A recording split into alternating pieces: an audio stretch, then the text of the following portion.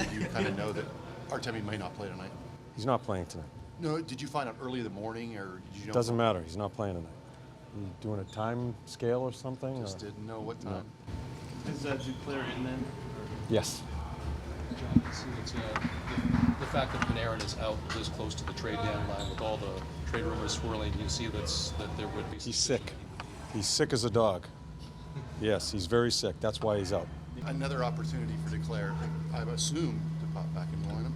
Anthony Duclair. Yes, another opportunity. Another opportunity. Yes. You said the other day, his listening skills, I think, was the latest thing. Mm-hmm. Have you met with him No. since the? Haven't said a word. I think I got a sense that he seemed to know what happened. We'll find out tonight. Yeah. John, I would like to come back on that comment. There's a nuance there, and maybe my English is not good enough. Do you see a willingness to learn, and it's just a slow learner, or you more feel that it's a guy that is more stubborn? I don't know. Right now, I don't know. If you would ask me that a few weeks ago, I don't think he knows how to play. I don't. It seems to me he's like a player that just feels he can get the puck because he's tremendously skilled, can skate. He has all those things, as you guys know. I just think he thinks he can go do whatever the hell he wants on the ice. You can't do it in the National Hockey League. And, we have spent a lot of time trying to teach him situational play, away from the puck, all the stuff we do with players. Sometimes it looks like he's understanding. So in a roundabout way, to answer your question, I don't know. I don't know if he just can't comprehend it or he's just stubborn. But he's running out of time. Do you see that as a challenge, personally, a challenge for a coach to make sure that you can make him learn something? I love that part of the game, the teaching part of the game. And as I said right along here, I think it's worth it with him because I think there's a tremendous upside. But here we are again, the fourth team, and another coach pissing and moaning about him, scratching him, benching him. Somewhere along the line, I think he has to understand I have to be more attentive, and I have to start being more consistent. So in a roundabout way, I don't know what he is. I thought I was learning him, but I don't know what he is. John, are you willing to share your lines with Brett out? How No. are you going to work it without him? Nope.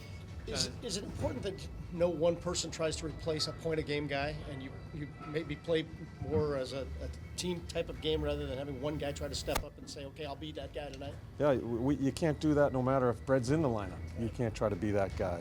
You need to play under a team concept. I want us to build off our first two periods of last night's game because as bad as the score looks, I liked what we did away from the puck. I liked our just our jam, our mindset. The biggest thing that you have to, especially this time of year, that we have to improve on is understanding the momentums of the game.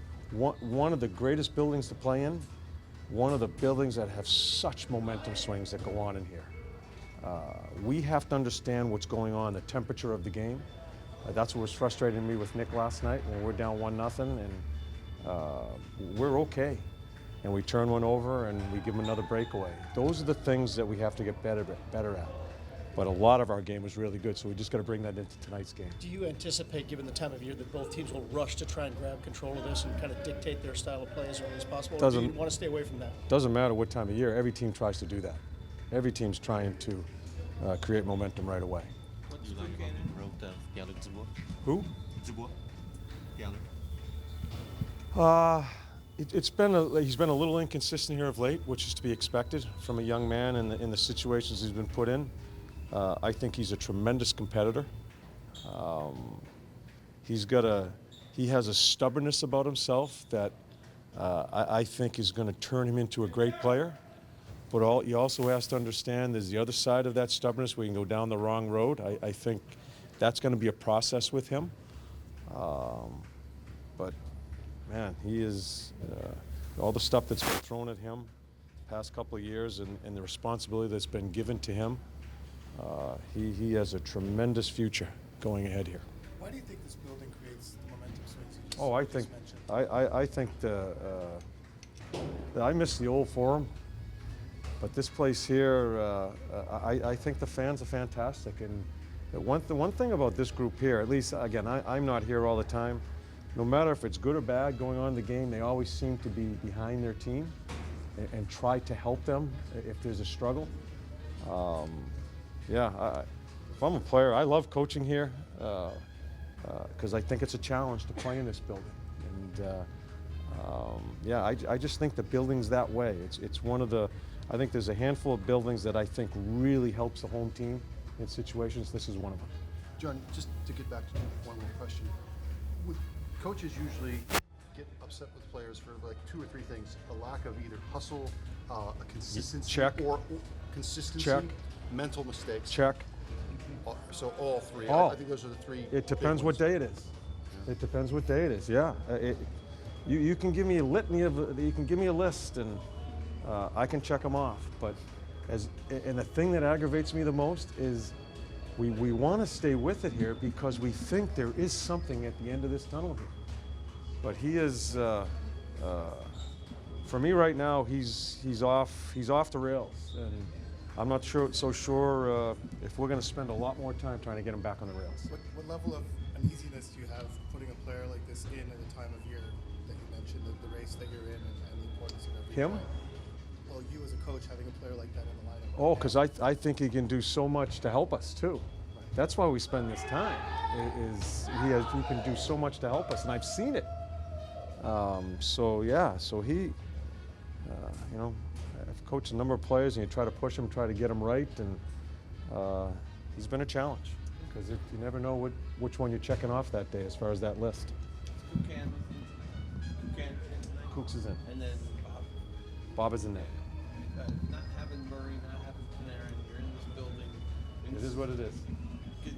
Kind of like that as a coach, not that you don't have them, but that you No, guys I'm not can too rally. interested in being happy about not having Murr and Bread, but that's what it is. So you play. And I think you rely more on your structure. I think you rely more on being simple when you lose 2 cogs like that. And you get about it. It happens to every team. You got to find a way.